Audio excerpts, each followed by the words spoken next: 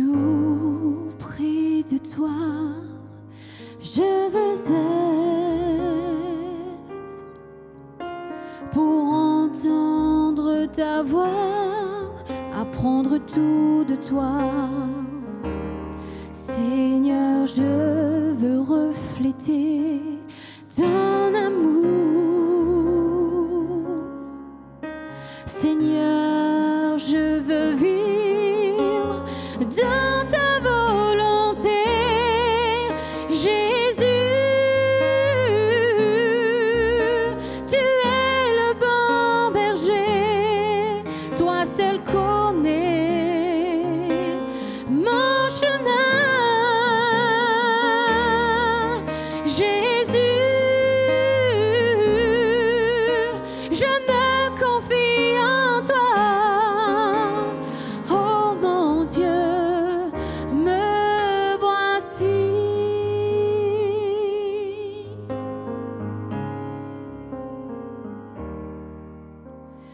Tout près de toi, je veux être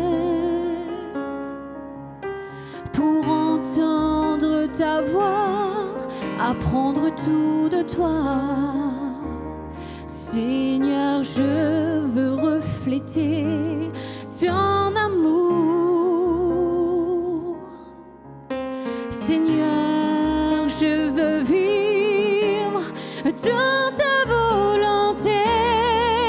Jésus, tu es le bon berger, toi seul connais mon chemin. Jésus, je me confie en toi.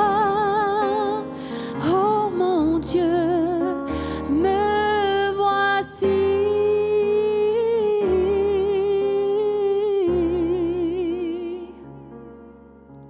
Me voici.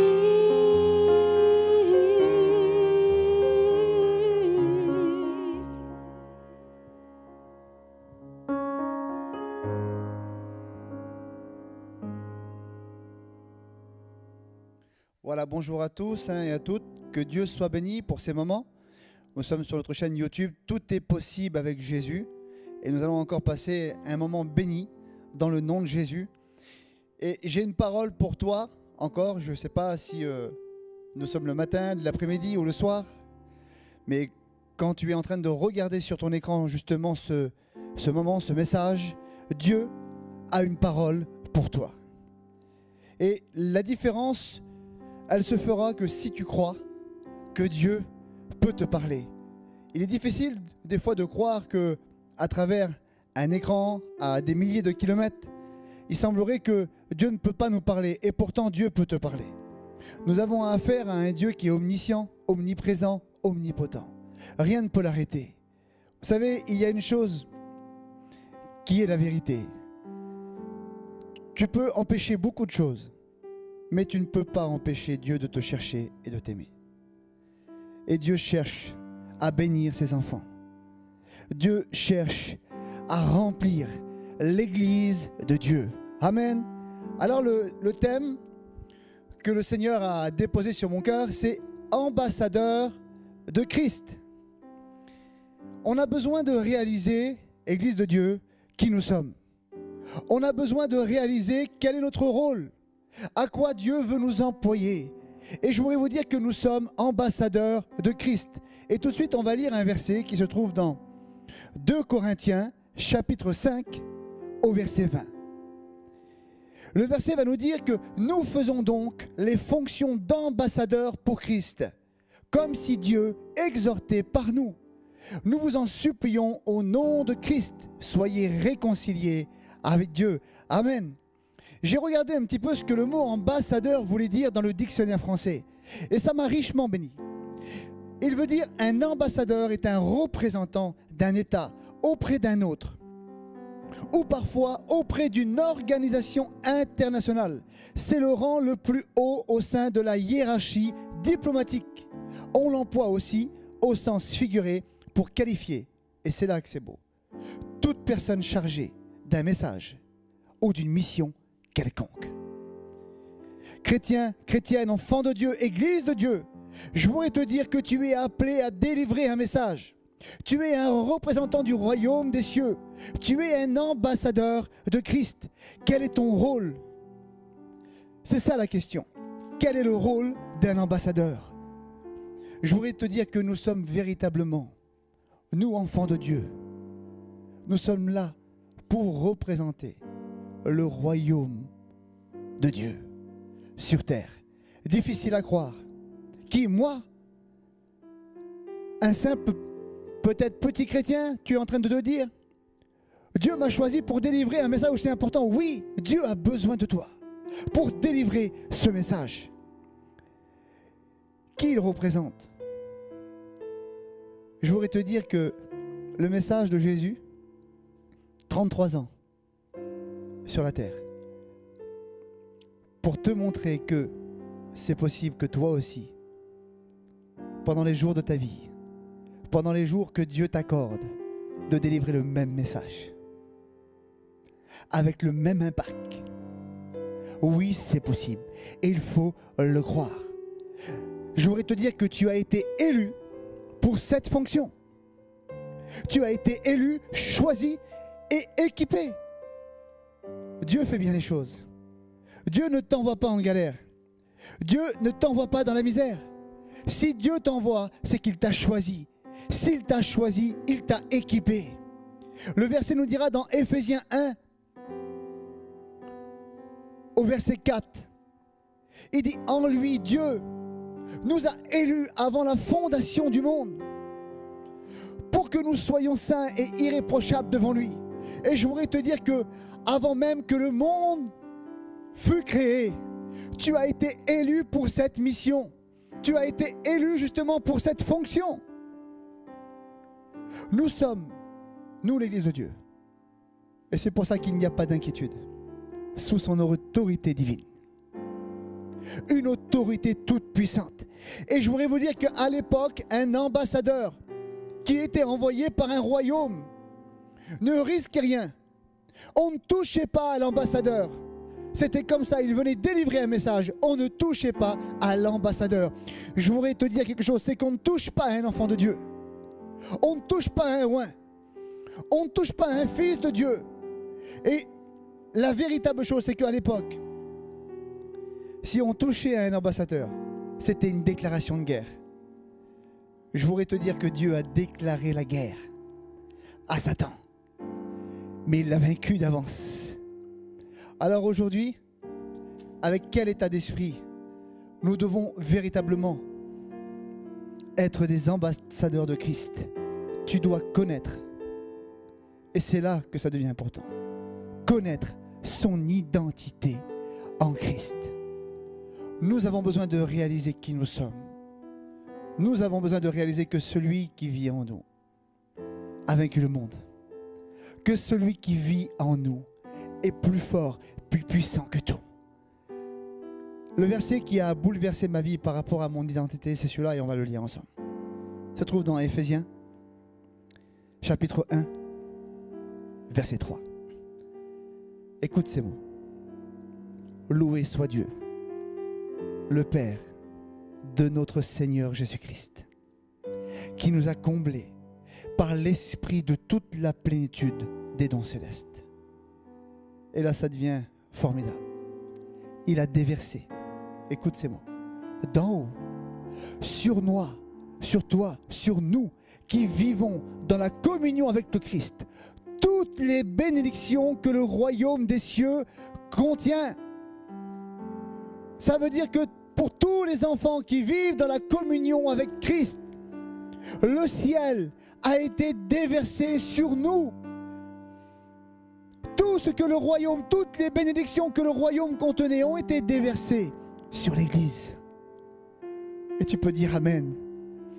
Parce que Dieu t'a béni de toute bénédiction. Dieu m'a béni de toute bénédiction.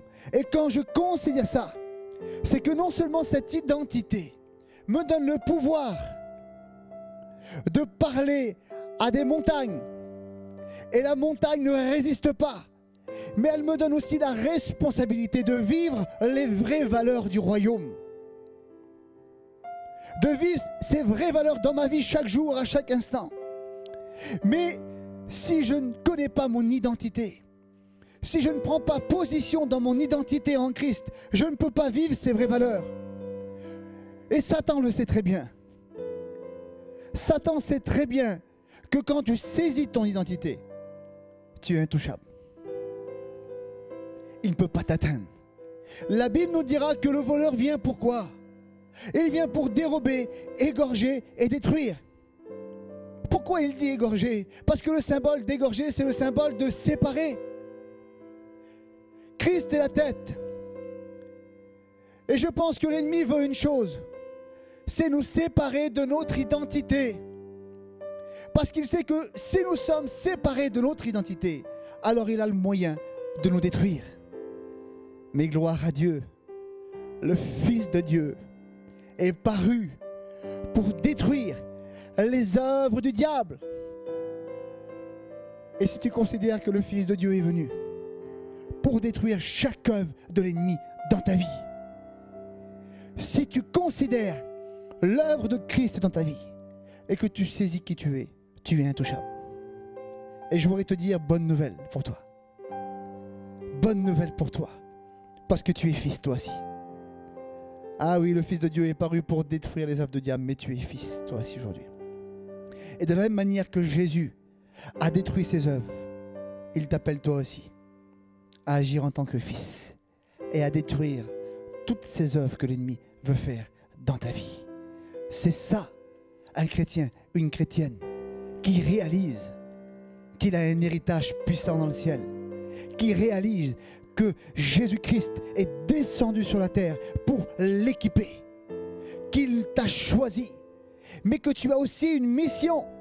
Alors comment être un véritable ambassadeur? Et le premier point de comment être un véritable ambassadeur, c'est je vis par la foi. Vivre par la foi. Mais je voudrais te dire que la foi, sans la véritable identité en Christ, n'est pas la vraie foi. Beaucoup de croyants, il faut comprendre que notre identité est liée. Notre véritable foi est liée à notre identité. Et certains chrétiens se sont fait avoir comme ça. À cause qu'ils n'ont pas saisi leur identité en Christ, ça les a amenés à avoir de fausses croyances, à croire en des choses qui n'étaient pas le véritable évangile, à croire en des choses en vérité que Dieu ne voulait pas, qui paralysaient en quelque sorte la mission que Dieu a pour toi. Mon identité en Christ me dit que si je crois, je verrai la gloire de Dieu. Pourquoi je dis ça? Parce que j'ai beaucoup entendu dire, il faut faire pour obtenir. Et ça, c'est une fausse croyance. Parce que Éphésiens 1:3, on l'a lu ensemble, que toutes les bénédictions du royaume ont été déversées. Et je voudrais te dire que tu n'as pas besoin de faire pour obtenir, mais simplement de croire. Et c'est ça la grâce de Dieu. Dieu n'a pas besoin que tu sois une personne qualifiée humainement. Non, il a besoin que tu te laisses qualifier par lui. Par sa vie, son empreinte, son identité. Voilà ce qu'il nous faut, enfants de Dieu. Alors comment vivre la foi? Comment vivre la vraie foi? Il va falloir faire quelque chose. L'homme est composé de 5 sens. Eh bien, il va falloir fermer ces 5 sens. Parce que souvent, ces sens sont contraires. Tout ce qui est contraire à la parole de Dieu. Tout ce qui est contraire à la volonté de Dieu. Mais je voudrais te dire quelque chose. Ce que tes yeux voient, ce que ton oreille entend, ce que tu peux ressentir, n'est rien à côté de ce que la parole de Dieu dit. Et je voudrais te dire ces mots forts. La parole de Dieu est plus grande, plus vraie que ce que tu entends, que ce que tu vois et qu'est-ce que tu ressens. Parfois, notre oreille, notre écoute est plus sensible à la voix des hommes qu'à celle de Dieu. Mais je voudrais te dire quelque chose, c'est que c'est Dieu qui fixe les règles du royaume. Dieu a fixé ses propres règles. Les hommes peuvent venir essayer de paralyser des fois ta mission. Tu es trop jeune. Tu n'es pas capable. Tu n'y arriveras pas. Des fois, on essaye parce que j'ai vu des personnes venir et, avec une bonne intention, croire que leur façon de vivre depuis des années était la bonne et essayer de l'inculquer à d'autres. Mais je voudrais te dire une chose. La voix des hommes, et ça il faut le considérer, n'est pas celle qu'il faut qu'elle te dirige. Parce que ce que Dieu a dit est la vérité. Et je voudrais t'encourager à vivre ce que Dieu a placé dans ton cœur. Dieu a mis des rêves dans ton cœur. Dieu a mis des projets dans ton cœur. Dieu t'a demandé d'accomplir des choses. Et si tu as été découragé à cause des hommes, je voudrais te dire que ce que Dieu a dit est la vérité. La peur veut paralyser notre foi. Mais je voudrais te dire que la foi paralyse la peur. Et c'est ça qu'il faut considérer. Je vis par la foi parce que je ne laisse aucun de mes sens venir m'empêcher d'accomplir ce que Dieu a pour moi. Je voudrais vous parler de justement 3 hommes. 3 hommes qui ont vécu quelque chose de fort. Ces 3 hommes, on les connaît, c'est les 3 compagnons de Daniel. 3 compagnons de Daniel qu'on leur a demandé en quelque sorte d'arrêter de faire ce que Dieu leur avait demandé, d'arrêter de prier. Ces hommes n'ont pas accepté. Vous savez pourquoi? Parce qu'ils n'étaient pas fixés sur leur propre sens, mais sur ce que Dieu avait dit, sur ce que Dieu leur avait demandé. Et je voudrais te dire que tu n'as pas à entendre la voix des hommes, mais laisse-toi diriger par la voix de Dieu. Ils n'ont pas été fixés sur eux-mêmes. Vous savez ce qui s'est passé? Ces hommes ont été jetés dans une fournaise ardente. Oh, ça fait peur. Tu es en train de nous dire que si jamais j'obéis à la voix de Dieu, je peux me retrouver dans une fournaise? Oui. Mais il s'est passé quelque chose. Quand ces hommes étaient dans la fournaise, le roi qui les avait mis dedans à l'intérieur a vu quelque chose. Il a dit, mais c'est pas 3 hommes liés qu'on a mis dans cette fournaise? Il dit oui.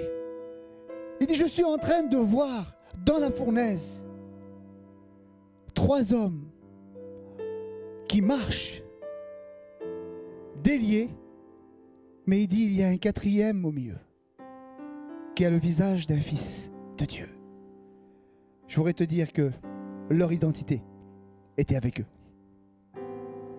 Leur identité était avec eux. Oui, ils ont été dans la fournaise. Oui, c'est vrai. Ils ont écouté la voix de Dieu et ils ont été dans la fournaise. Mais quand ils sont sortis de cette fournaise, la Bible nous dit qu'ils ne sentaient même pas la fumée. La Bible nous dit qu'ils ne sentaient même pas la fumée. La seule chose qui a été consumée dans la fournaise, vous savez, c'est leur lien. Leur lien. Le monde veut essayer de t'enchaîner. Les hommes, des fois, veulent essayer de te paralyser. Mais ton identité en Christ te libère constamment de tout fardeau, de toute crainte, de toute peur, pour accomplir la volonté de Dieu. Merci Seigneur. Le verset qui touche mon cœur dans l'évangile de Luc, chapitre 10, et verset 19. Il dit, voici, je vous ai donné le pouvoir de marcher sur les serpents, les scorpions, et sur toute la puissance de l'ennemi. Et rien ne pourra vous nuire. La Bible nous dit que le diable rôde comme un lion rugissant, cherchant qui se laissera dévorer. Je voudrais te dire que celui qui se laisse dévorer, c'est celui qui ne saisit pas son identité en Christ. Chrétien, chrétienne, tu n'es pas n'importe qui. Tu es fils de roi, héritier, co-héritier du royaume des cieux, établi, choisi, équipé, envoyé. Et ça, il faut le considérer, il faut le croire de tout ton cœur. J'ai écouté une expérience d'une femme âgée qui avait plus de 75 ans. Elle nous a expliqué de quelle manière elle avait rencontré Dieu. Et à travers son témoignage, j'ai réalisé quelle puissance de connaître la puissance de Christ en nous. Cette personne nous a expliqué qu'elle était liée, possédée par un esprit. Et ils ont commencé donc à prier pour cette personne, et cette personne a été totalement délivrée. Cette personne a vécu une délivrance merveilleuse. Mais vous savez ce qui s'est passé par la suite? Le diable rôde, cherchant qui se laissera dévorer.